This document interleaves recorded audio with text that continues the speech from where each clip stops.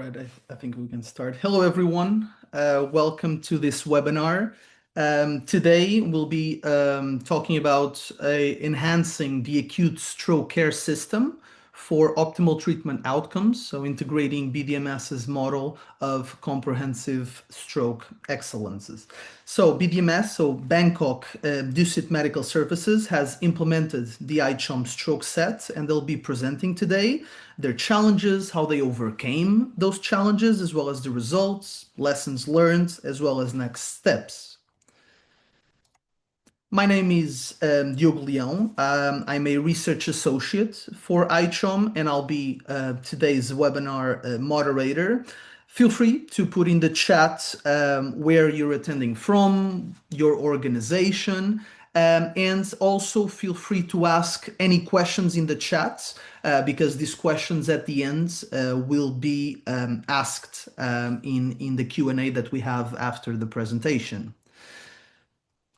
Before we start, I would like to mention that you can scan this QR code here that you see in the slide if you're interested in joining our implementation directory. Here we basically aim to showcase the healthcare organizations around the world that have adopted and are actively implementing the ICHOM sets. I also turn your attention to the ICHOM accreditation.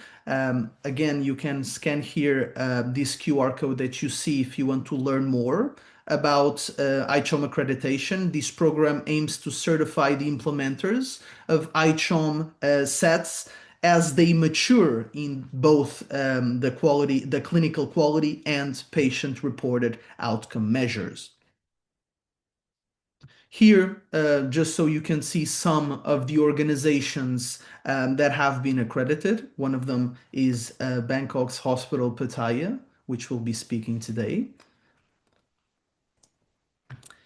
And I also would like to turn your attention to the ICHOM conference that we'll be having December 7th to December 9th in Montreal. In these ICHOM conferences, we have upwards of 800 international delegates, more than 50 countries are represented, and as you can see in the slide, some of the activities of what to expect are curated site visits, some workshops and interactive discussions, chats with global leaders, simulation labs, practical coaching sessions, facilitated networking and peer exchange, as well as value-based healthcare insights both on and off the main stage.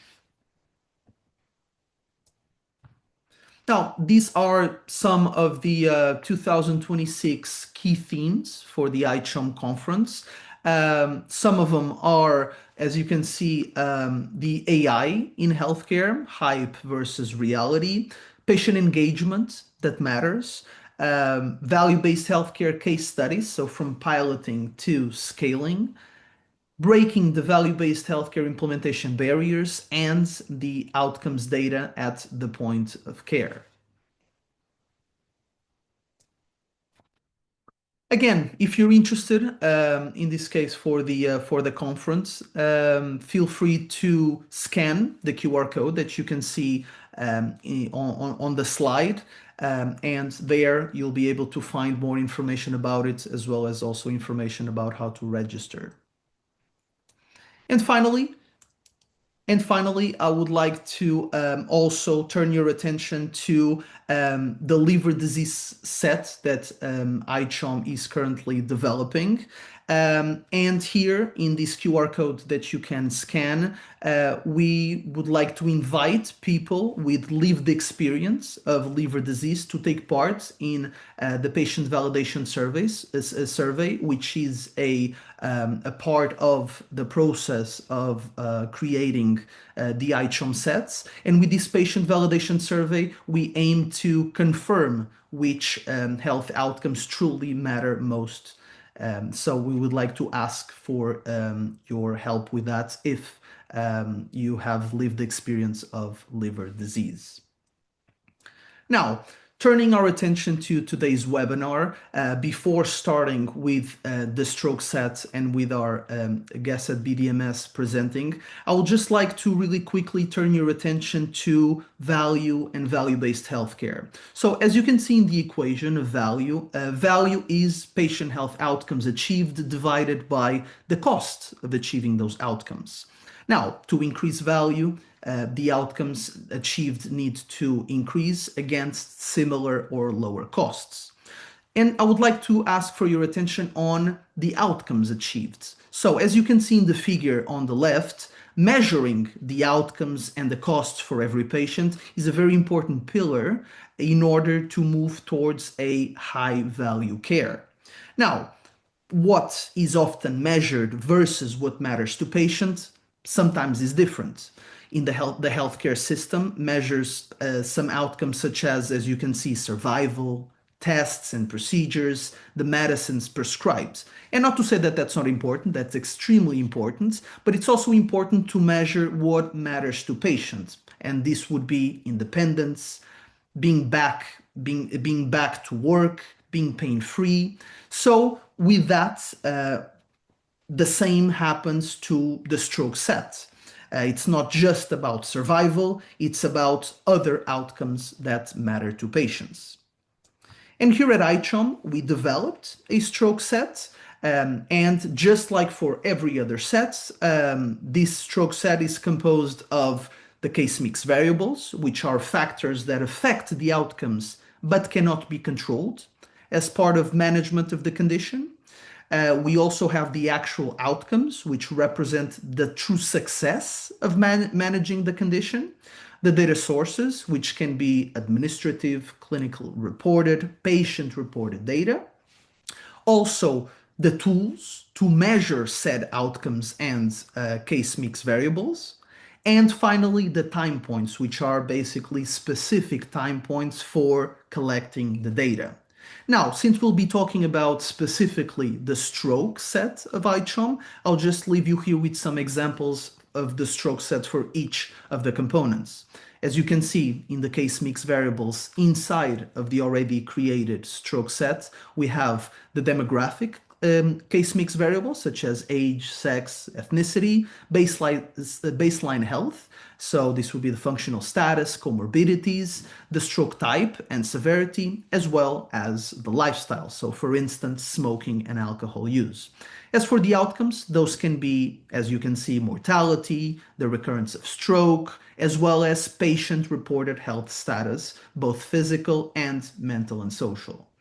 As for the data sources, in this case, they are administrative, clinical, and provider records, as well as patient-reported. And then for the validated measurement tools, so the tools to actually measure, as I mentioned, the case mix variables and the outcomes, those, for instance, you can see the EQ5D, which is a tool to measure quality of life. As for the time points for stroke, we have at baseline, at 7 days, at 90 days, and annually. In case you would like to know a little bit more about our stroke set, I'll leave you here with the QR code that you can scan. And for any further questions, here is my email. Now, I would like to pass the word to our expert speaker, Dr. Nattakarn Buranakul, he's a neurologist and a stroke specialist. So thank you very much, and whenever you're ready, Dr. Buranakul, feel free.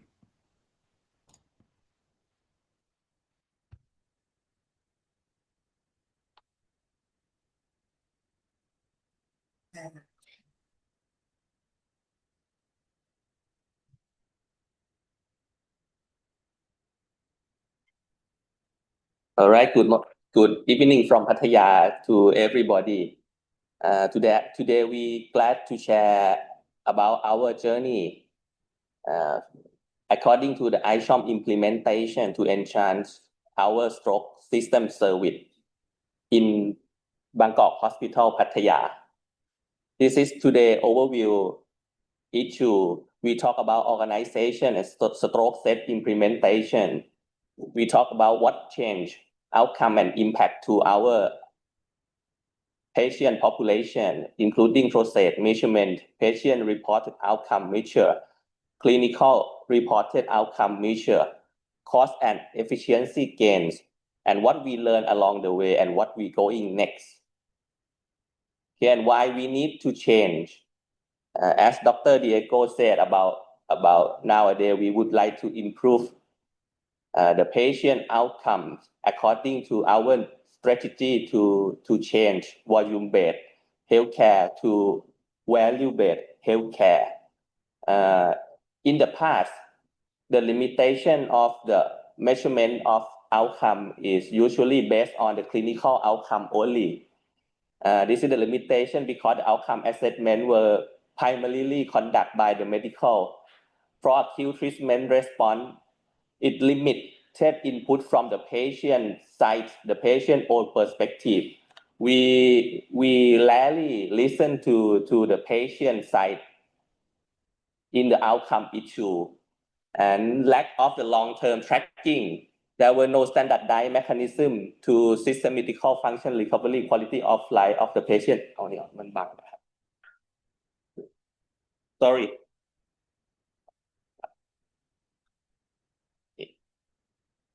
And data fragmentation.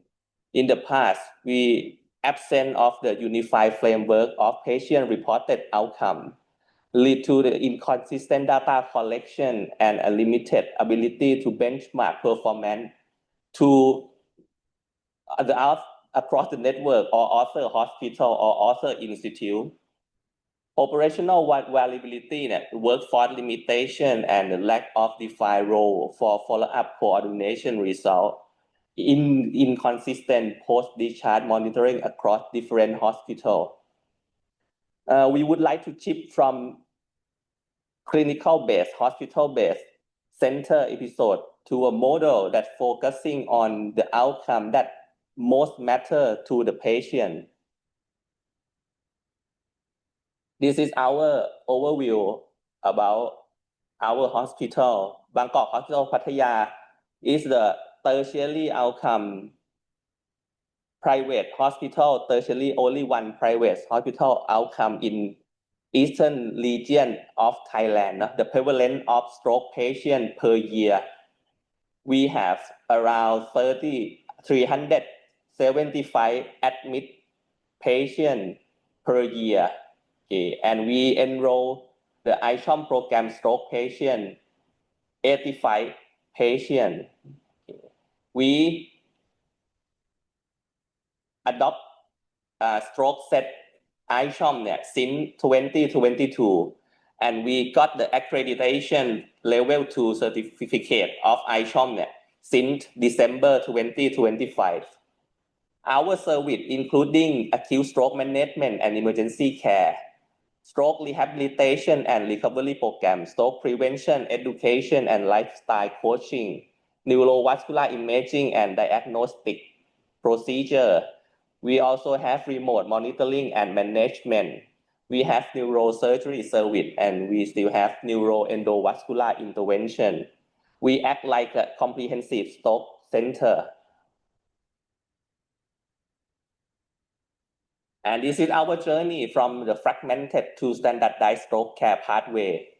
And the problem before we implement the ICHOM system to our stroke system, the limitation, including clinical-centric focus, lack of long-term tracking, data fragmentation, and operational variability. After we implement the ICHOM system, we can standardize and we go on value-based pathway change. We try to tracing in every patient step from pre-hospital to after discharge. We enroll stroke nurse coordinator is a specific position for role for operationalized outcome measurement, ensure continuity beyond discharge and inform clinical decision with patient data. We use the ICHOM Stroke Set for guide us to process clinical and patient report outcome measure unified time critical protocol, we try to standardize fast-track milestones such as a door to needle time, door to puncture time, apply across all the network. We continuous improvement cycle. We standardize data, collect enable a value-based improvement cycle, including monitoring, evaluating, feedback, and refining to reduce care variation. Since 2022 to 2023, we use the ICHOM Stroke Data Collection Reference Guide version 4.1.0. But after year 2023, until now, we use the ICHOM Stroke Data Collection Reference Guide version 5.0.1. This is our stroke set implementation team. We divide into 3 layers of cascade. Top management is directly depends on the hospital director and executive physician. That's me. The core team lead, it consists of the project manager, project owner, and QMR ICHOM facilitator, all of the nurse, and assist by multidisciplinary team of stroke care. This is our journey milestone in stroke care following the ICHOM 2022 set implementation. Before that, we comply as a Center of Excellence Stroke criteria for 10 years ago. We set the effective referral of the medical thrombectomy network before we implement the stroke ICHOM set. We start since 2022. We implement the ICHOM Stroke Set simultaneously with primary stroke prevention to increase timely arrival at the hospital process. After that, we continue improve our internal process, including staff training in stroke pathway workflow. We work hard for development of a standardized post-stroke care program. We development of educational simulation tool of stroke care, including enable family member to practice caregiver skill after discharge. We establishment of the communication channel between patient and the care team via the line official account and offer connection method, phone, email, every way that we can make a communication with caregiver and patient. And we development of a standardized stroke follow-up protocol.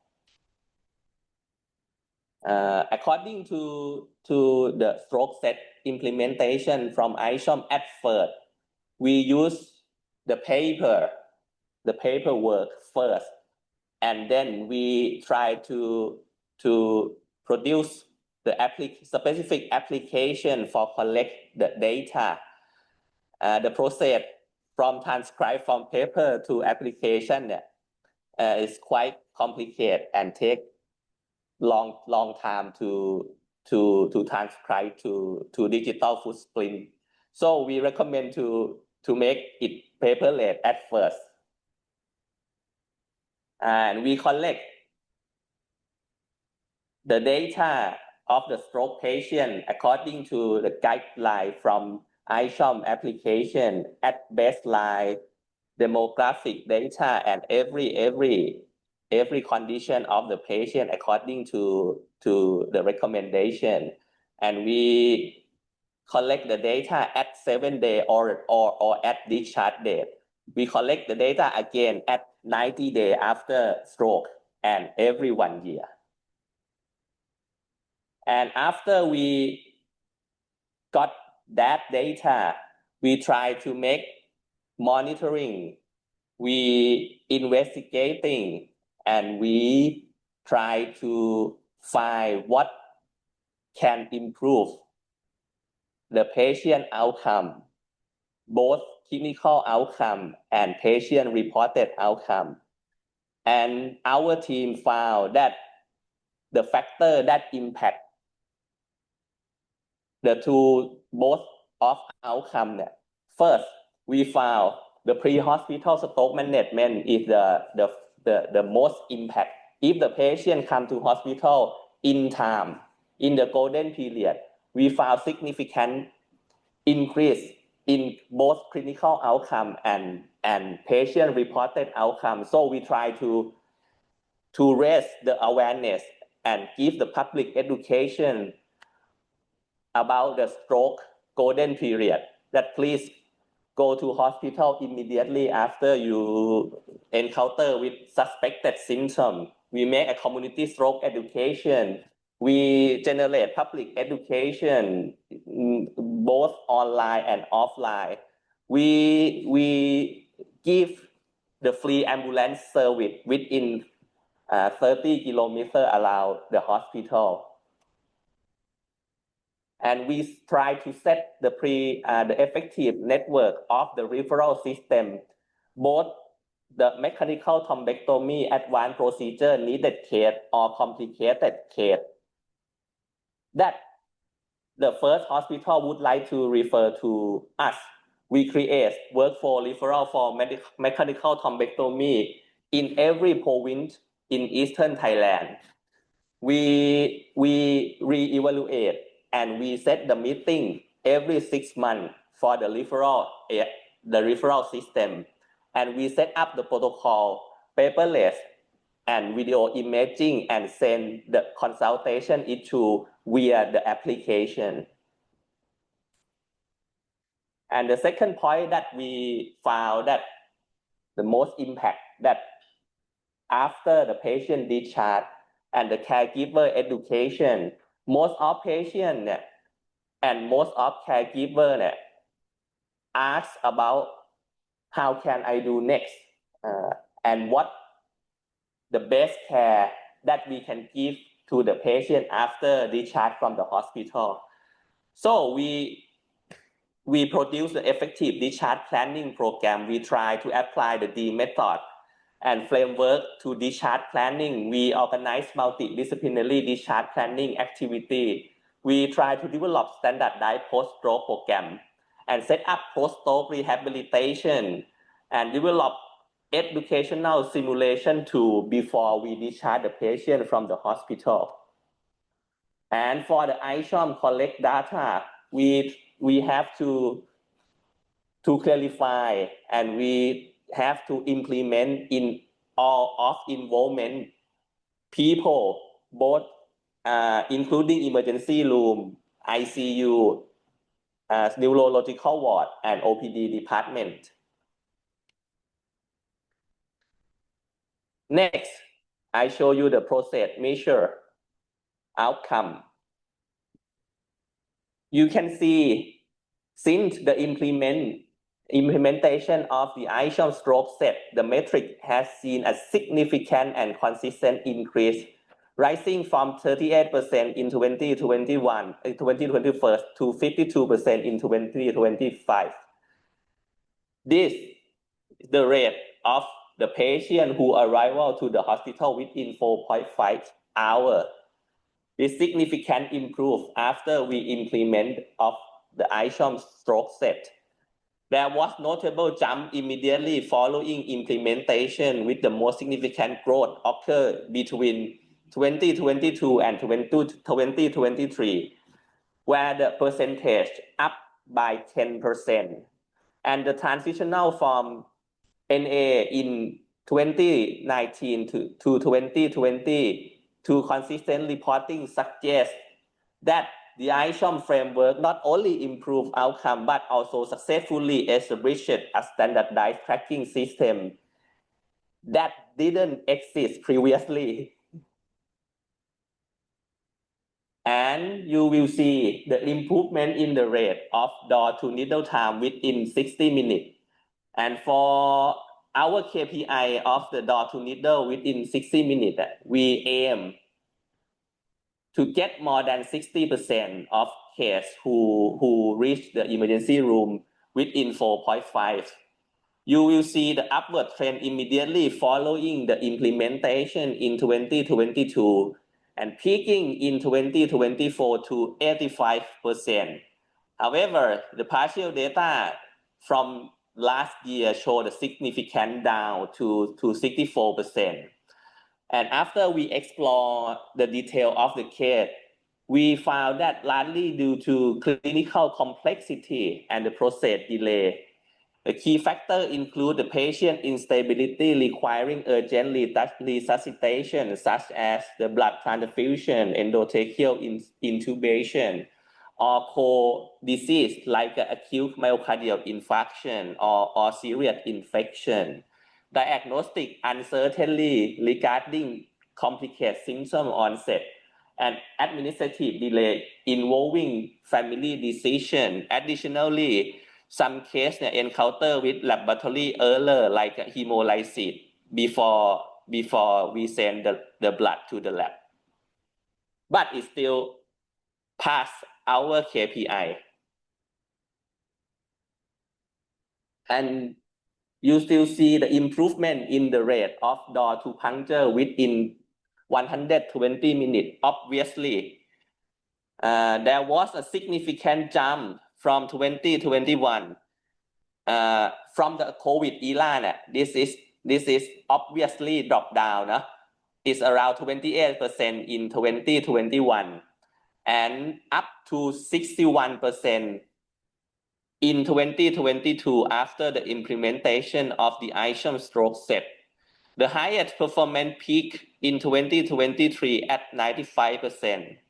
And subsequent decline were from external factors like a family decision, making an emergency resuscitation, plus internal factors such as a nursing competency gap and intervention neurologist consultation.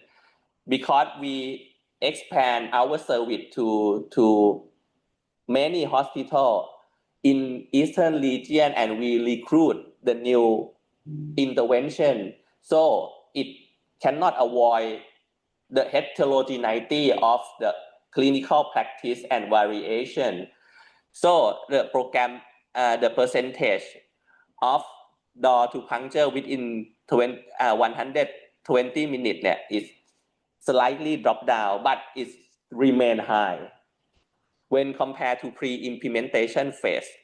And our internal KPI, we would like to get more than 80%.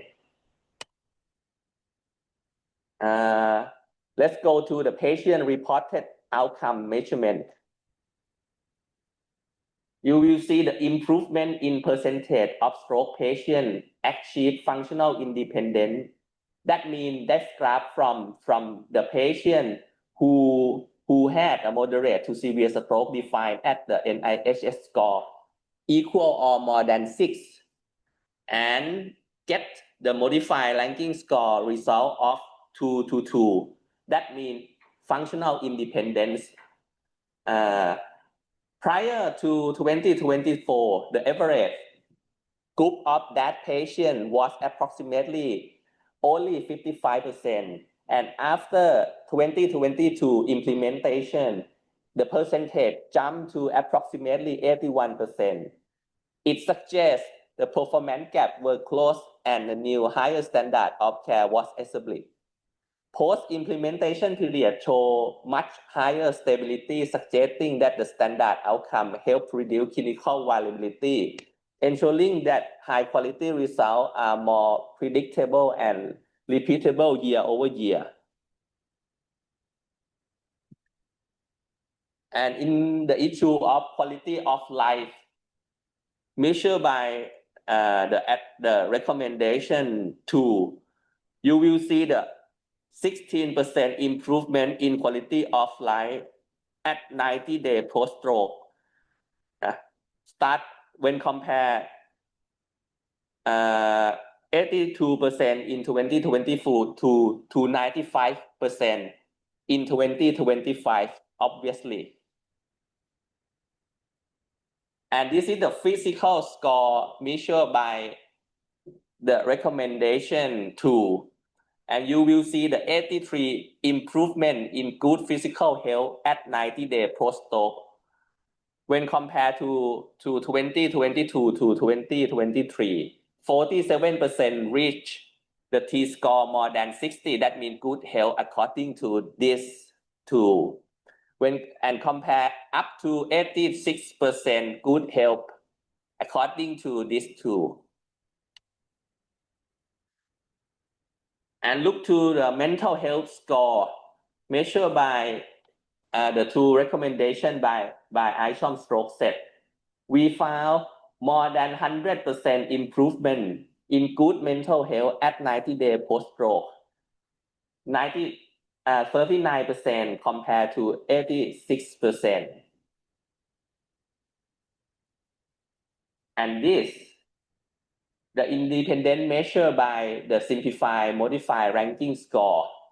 Modified ranking score is the favorite score that to measure outcome after stroke. And we see the 41% improvement in excellent outcome mean excellent outcome.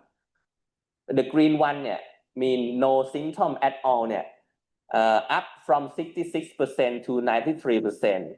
But in many trials, if we not focus on the no symptom, but if we focus on the non-dependent symptom, it still show obvious significance too.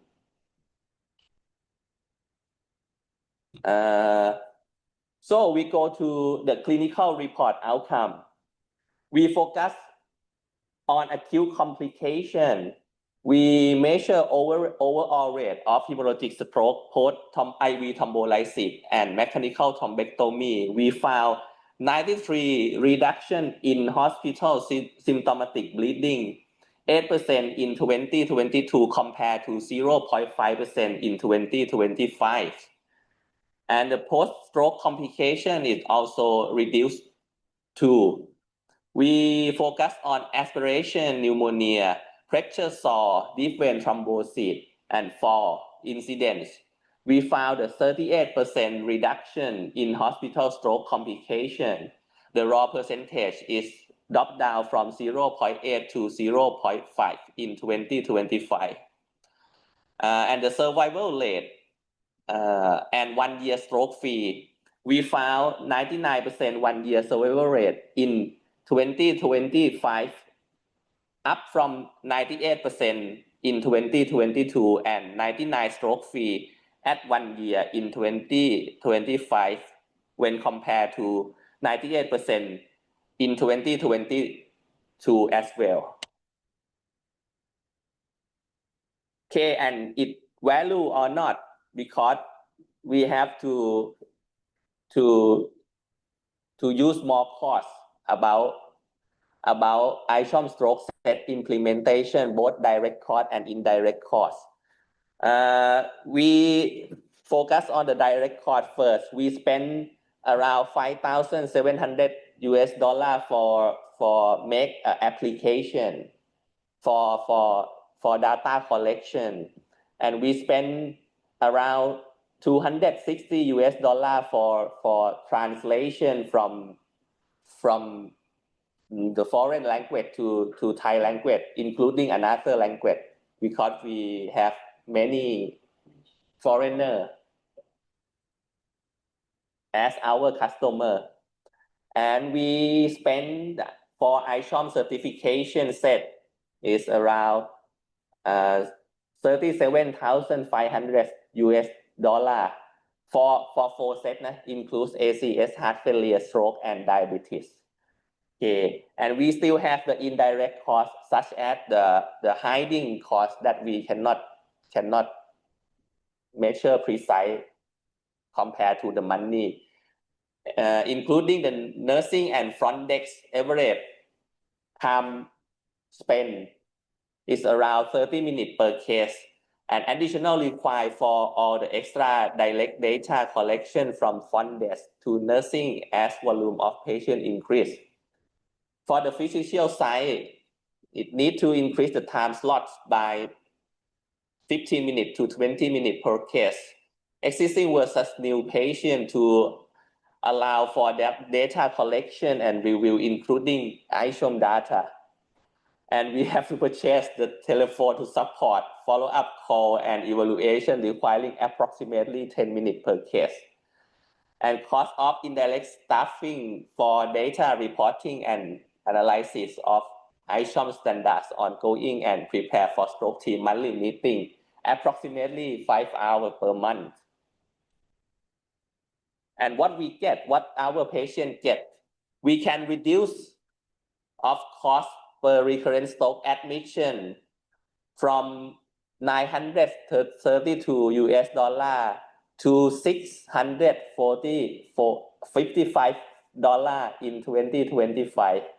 And we also can reduce the length of stay 1.2 days per case when compare 2025 admission day to 2022 admission day. And if we focus on the cost at $345 per day, we can save up to $350 per case in 2025. And what we learn and barrier along the way, we have many barriers, but the obvious barrier is if the collect the data and implementation of ICHOM Stroke Set is create more capacity strain. But we try to review follow-up workflow and team assignment because it's all of the data is hiding in every step of our routine work, but we not arrange it in the right way. And high clinical demand and limited specialized personnel lead to the depolarization of data collection, resulting in delayed follow-up and incomplete data set. And we try to correct by mandatory warning system when collecting data.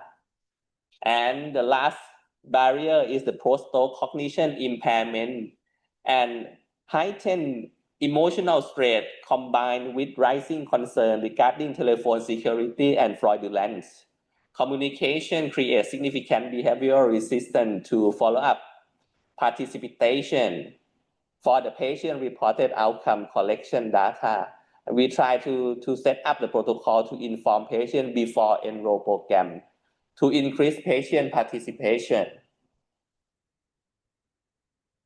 And this is the key learning on indicator-based governance, survey sensitivity, and systemic efficiency. The sustained value-based healthcare adoption requires shifting leadership focus from volume-based management to indicator-based clinical accountability. Improving patient outcome is the primarily achieved by removing administrative and physical bottlenecks between the symptom onset and intervention. A scalable healthcare requires an IT infrastructure that automates data collection, preventing administrative load as the patient volume grows. Value-based healthcare data is only as accurate as the patient's ability to understand it. One-size-fits-all survey leads to skill results. And this is our successful case, testimonial from stroke patient. The patient said they are not just healthcare provider, they are hero and they will forever home. Respect and appreciation. And where we going next? We try to see and standardize ICHOM aligned patient report outcome within the clinical workflow to capture real-time physical and mental health data for personalized care adjustment. And we going to develop and deploy our clinical pathway to other neurological disease group across the BDMS network and other hospitals. And we formalize the application for ICHOM in Parkinson's disease and dementia set by completing the required clinical audit and data benchmark for next year. That's all for me. Thank you.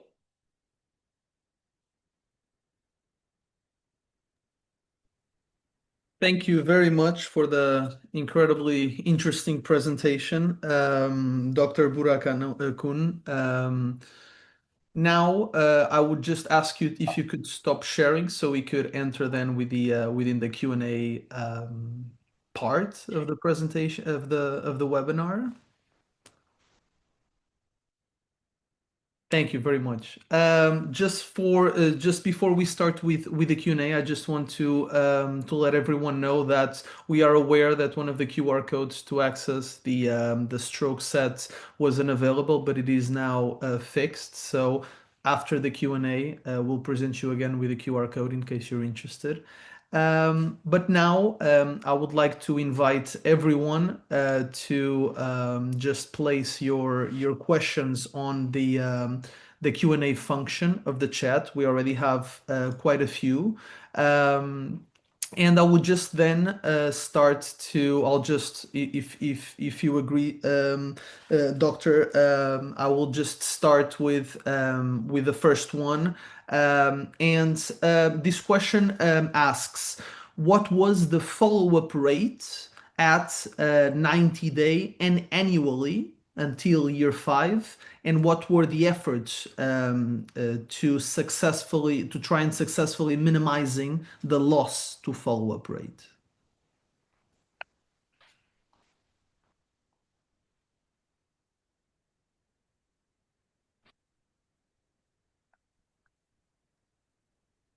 Mhm. Our effort to not encounter with the drop down follow up patient, we try to make the education and rest the encourage the patient that why they need to follow up, and we try to educate both the patient and caregiver of the importance of the follow up period of the patient within 1 year. Okay. And kind of a follow-up, because there was also another question regarding that. Maybe you can expand a little bit more on, because the question is, it states, did you encounter any patient participation challenges? So not just the follow-up, but also within the participation. Were there any challenges? Of course, you were incredibly successful, as we've seen in the presentation. What were the challenges and how did you overcome them? Because obviously you overcame them. So this question regarding the patient participation. We try to inform that all of that we would like to do and collect the data of the patient, of the main purpose for the patient benefit themselves, and we use this data to customize the optimum care and optimum treatment for each patient personally, and we try to inform all patients to focus on this data, but eventually we still have 1 or 2 patients that don't want to participate with our program. Mm-hmm. I would like, I'm Dr. Pongthorn from BDMS. At the BDMS level, at the corporate level, we try to support the hospital in every way.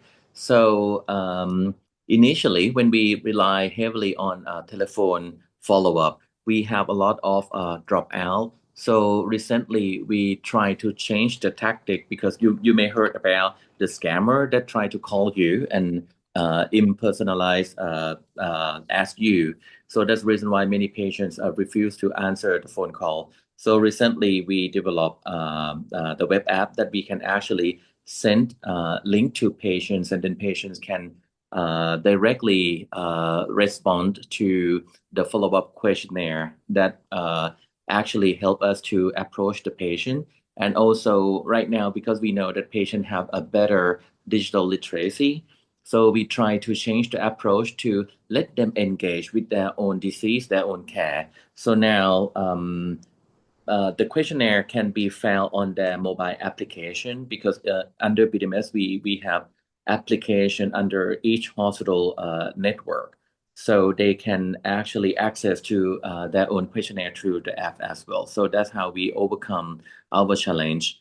The number that you saw is actually the number that we can successfully follow up them by ICHOM requirement, but actually we actually have more numbers than what we presented. I mean, for each hospital. I hope that helped. Yeah, very much so. Thank you so much. May I have a follow-up question on, because you did mention the web application that you just recently launched, and how is that going? Do you have any preliminary conclusions that you can share, whether it's successful up to what you're expected? Yeah, this is very recent that we integrate the whole follow-up scheme on one platform. BDMS comprised of 59 hospitals. So develop the platform that all hospitals can use all at once is very challenging. But we successfully get the consensus, so all the hospitals consolidate all of their patient experience survey, HCAP score or CG-CAP score, and also patient report outcome via ICHOM onto one platform. And by develop one platform, it actually helped us to navigate which patient should receive the survey, and which patient that if they did not respond, then we can follow up with a phone call. So I think this is change the workload for staff, and it also get a better response because the patient did not feel intimidated by a phone call. Mm-hmm. Thank you very much. Yeah. And from our experience, the most important thing from my perspective that if you would like to get high follow-up rate, the relation between our team and the patient, including caregiver, is the most important thing from my perspective. That's why we focus on the discharge planning, and we have to make sure that we give them everything that necessary to take care of the patient. Mm-hmm. Okay, thank you so much for the very thorough response. I hope everyone that had that question had it answered. It's very, very clear. Thank you. I have here now kind of switching a little bit more to the clinical part. One of the questions that came up was if there were any risk adjustment applied to the clinical outcome indicators.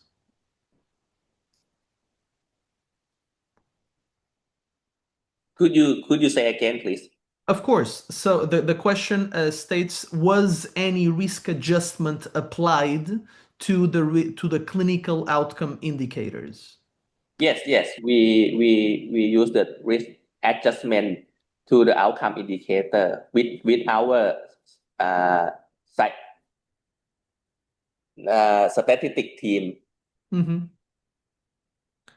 And may I ask if what was the experience with doing that with a risk adjustment? Was that something very straightforward, or were there any expectations that were not met? Has it been a good experience and has it had a good result, this risk adjustment?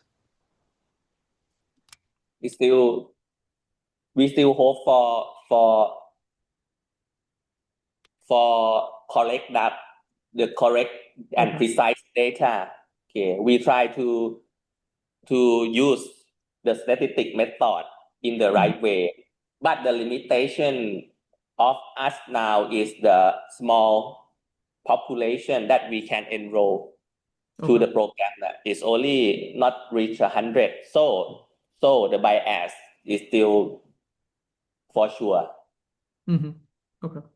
Thank you. Thank you very much. One other question regarding, in this case, it's regarding the tools to measure. one of the questions that came up was what guided your decision to choose the EQ5D instead of the promise as a prom? So why one over the other? Mm,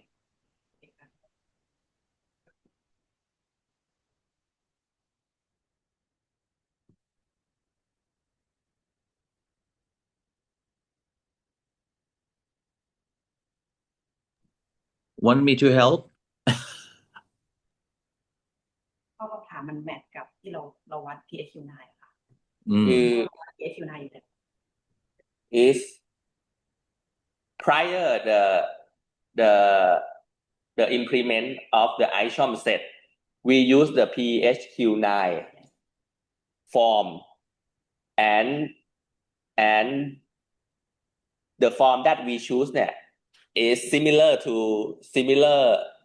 factor much more than the promise that more easier to our team to apply the data from the prior one to the new one. Okay. But according to the ICHOM setเนี่ย we can choose both. Each is okay. Hello พี่ Yeah, indeed. Okay, thank you so much. Indeed. So what it passed to me, correct me if I'm wrong, is because what you had prior was more similar to one than to the other. So it was easier to kind of transfer to that one instead of the promise.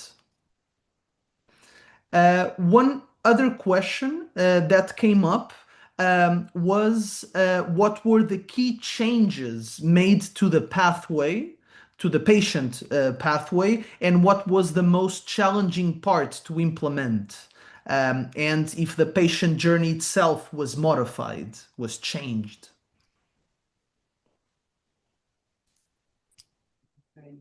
The challenge first. The challenge is how can we inform the patient for the benefit and what they get from this program, because they need to answer 5 paper page more, and some patient ask that why I need to do this task for you. But this is our challenger at first 3 months, and we try to improve our method to give the information and make the patient know the benefit that they will get after join our program. And the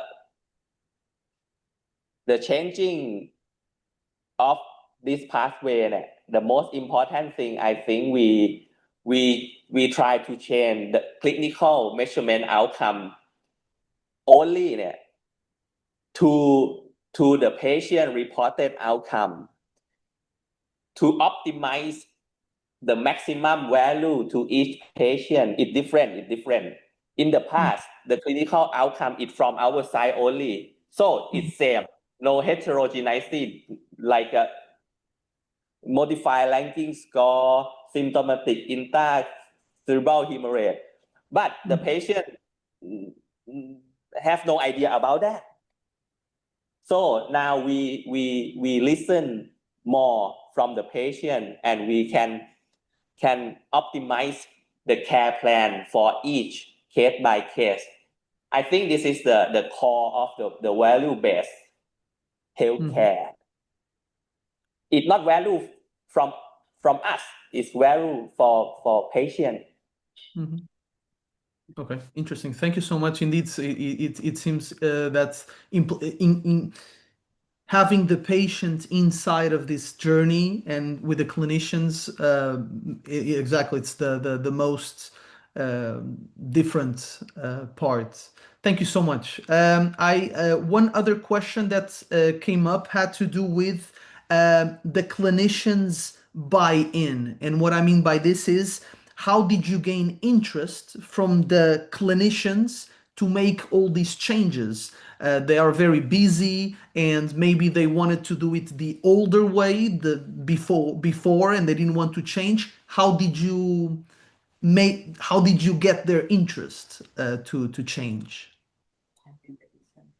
To be honest, mainly is run by special nurse that we set for special team for run this program.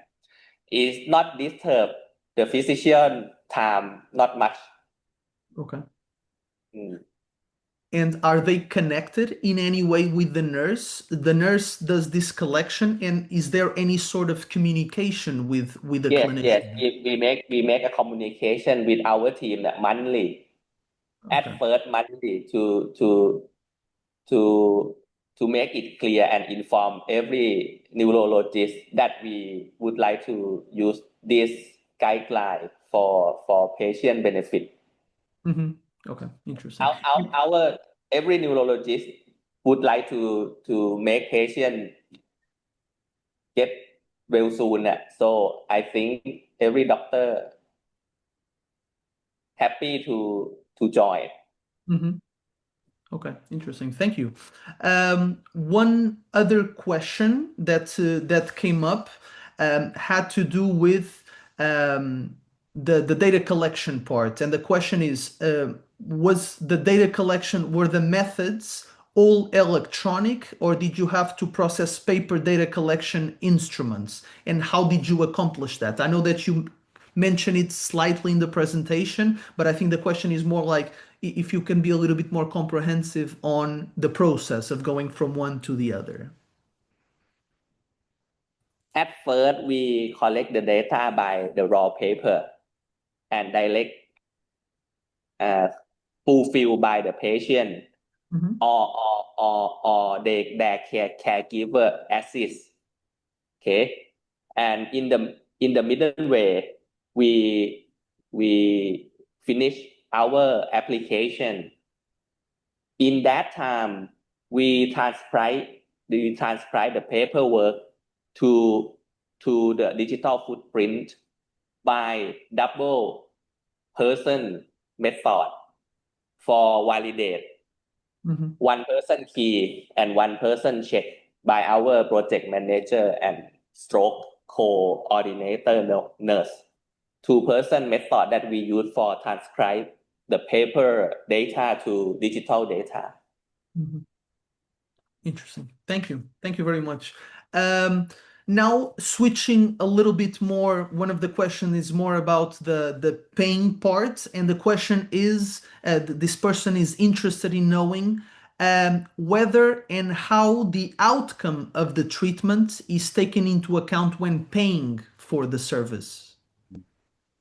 Yeah, I think in that part, I can help, right? Because BDMS is private healthcare provider, so our payment system is not linked to the bundle payment.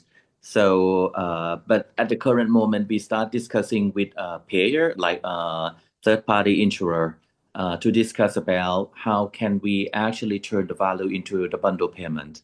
So that's the next step that we are going to. But earlier, Diogo just mentioned about what is the value, and the equation of the value is talk about the cost. But then in private sector, we already control our cost, but our cost is higher than the public per se.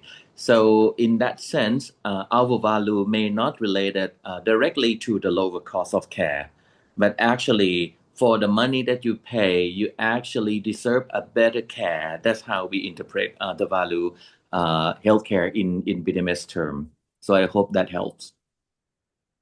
I'm sure it does. Thank you. Indeed, with the equation, just adding on to that, is the outcomes divided by the costs. If the costs are the same, you would like to improve on the quality of care. Thank you so much. I don't see any other questions, but I do have here a few myself to kick us off once again. And I wanted to ask, obviously, with this implementation, it demanded a lot of change. And my question is, Was there a culture shift, a shift on the culture before this big change? And if so, how did you manage that? How was it managing such a culture shift with the implementation of this set? I will let For Dr. Nattakarn say first for the hospital side. okay. Personally, our hospital make many kind of accreditation. The system of the quality improvement our team is not we familiar with the some step of the follow and make a quality control. We have the internal process of quality movement as well. So it's not that difficult to follow. It not change our culture much. It's okay. Okay, I would like to add on the network level because BDMS implements Center of Excellence almost 7 years already. So when we move to the Center of Excellence implementation, we implement the culture shift for care improvement. So I think when we implement the ICHOM, it pretty much get along with what the Nattakarn mentioned about the quality improvement already put in place as a backbone of day-to-day care. So there is no culture shift. But what had been changed according to care is about in the past, we may not really emphasize on individualized care because we implement the clinical practice guideline as blanketing, but we do not pay focus on each individual and how can we achieve the personalized goal for each particular patient. So I think implement the ICHOM actually help us to see the importance of individualized care and how we translate care into the value for the patient. I think that's part of the culture shift. Another big change that we had is about documentation in terms of data. Because when we implement Center of Excellence, what we need to collect is a big amount of data. So we implement a case record form as registry, as a disease registry. So we have 9 registry implement within 2 or 3 years when we start implement the Center of Excellence. That actually helped us to collect a better data when we implement ICHOM because without having the registry, our staff may not familiarize with collecting the data because everyone just get used to document in electronic medical record or document in their form, in their paper form, but they may not know how to integrate all the data and see at the bigger picture. So I think this shift change already be implemented through our registry implementation. So when we implement the ICHOM, we don't see much of change, and that's what I want to add on. Okay, thank you so much. It seems, Dr. Pongtorn, of course, and that's you're also mentioning, of course, correct me if I'm wrong, that it's all part of a bigger picture. The implementation of the ICHOM set is one part of it. It remembers, I remember the slide that I was presenting regarding Porter's pillars. The measurement of the outcomes is one of them. The one in the bottom, for instance, is what you were mentioning with the IT system in place. Okay, great. Thank you so much. There has been one question that has come up, which is also regarding outcomes, but in costs as well. And the question is, were the outcomes and the cost data shared with the physicians? Was it used as internal benchmark? And does it affect the compensation in any way as part of performance? I can answer at the network level. At the network level, we collect the data from Center of Excellence clinical outcome, and also we start looking at the prompts outcome that we collected, and then we compare among each hospital because each hospital gonna going to be assigned to taking care of different center of excellence, right?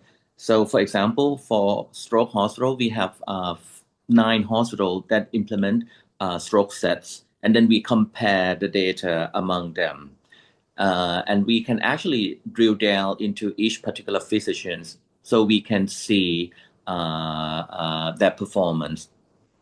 But this patient report outcome is just part of the performance. We also look at the adverse event or the incidents that might happen to that particular doctor. So if we see the risk reported against that particular doctor, we look at their clinical outcome. So if they have good clinical outcome and have good patient report outcome, so then we know that that error may be something anecdotal, not a pattern, not a system.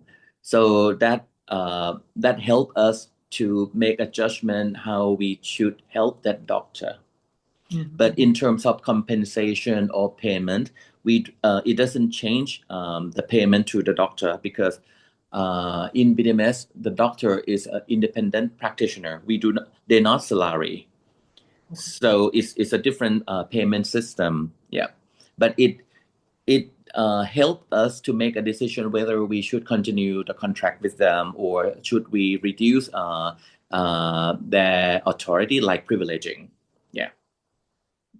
Interesting. Thank you so much. I have a follow-up question on that, more regarding the comparison of data, because you mentioned that within the network, within the hospitals, for instance, of the stroke set that you compare within the network. Is there any comparison, or are you thinking of having any comparison outside of the network, so inter-network without instead of intra-network? We actually discussed with ICHOM leadership since day one that we joined ICHOM. So we would like to collaborate with international organizations around the world in order to see our performance. For example, recently, over the past 7 years, we collected data regarding trauma patients, but we do not have any ability to compare ourselves against any international organizations until recently that we start compare ourselves with National Data Bank in United States and also compare our data against one of the university hospitals that we collaborate with. And that helped us to identify area to improvement or how well we perform. So with this, I wish that ICHOM will be the spearhead to set up the international benchmarking, and then we can actually see how well we perform, not to compete, but actually to help us identify in which part that we can improve. Mm-hmm. Interesting. Thank you so much. Very, very thorough in the response. Thank you so much. Very informative. Thank you. One more question that I had, perhaps Dr. Nattakarn can also weigh in on this, which had to do with so in the presentations you mentioned that there were a lot of trainings with the staff. With the group within stroke care, and I was wondering if those trainings have helped outside of stroke, if you have disseminated the trainings elsewhere, and if they're helping in other conditions. We try to implement the way that we collect the data in the same way in every part of the patient journey. Okay. And if the author department would like to follow to use the ICHOM set tool, we prompt to help. Okay, thank you. As for me, I have no other questions. Are there any questions from the participants? Anything that you maybe want to ask?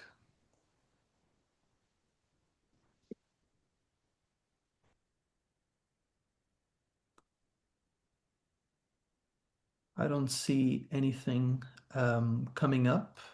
I will then share my slides so then we can conclude our webinar.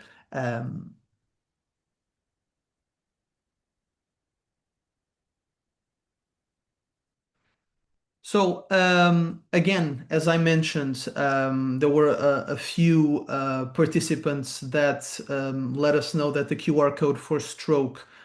So if you wanted to find a little bit more about the ICHOM Stroke Set was not working, now this one should be. Apologies for that. Once again, I would like to thank Dr. Nattakarn and Dr. Pongtorn for attending, for the great presentation and all the answers for the questions. Really appreciate it. It's been, I think it's clear that the journey that BDMS is in is spectacular. You had great results when it comes to the stroke set, and with the accreditation as well, as you mentioned. I really think you're moving on with value-based healthcare, and you are very much involved in it and very passionate about it, and I think it's transmitted to the outside. So thank you very much for the webinar and for all the explanations and for all the answers. Again, if you have any questions in the public, I would like to invite you to send me an email. I'll try to be as quick as possible to answer the questions. And before we close, I would just like to inform everyone else that there's another webinar in about a month on the 25th of March on driving outcomes, cloud-based implementation of the ICHOM CRC set in Victoria. So I invite you to scan the QR code that you can see on the screen to register. And you can have all the information there. It will be at 9 a.m. GMT time and all the other time zones, as you can see. Once again, thank you very much to our speakers for the presentation. Thank you very much for everyone else for attending. And I will close off the webinar. And thank you very much. Have a great day, afternoon, evening, whatever you're attending from. And I hope to see you all in the next webinar. Thank you.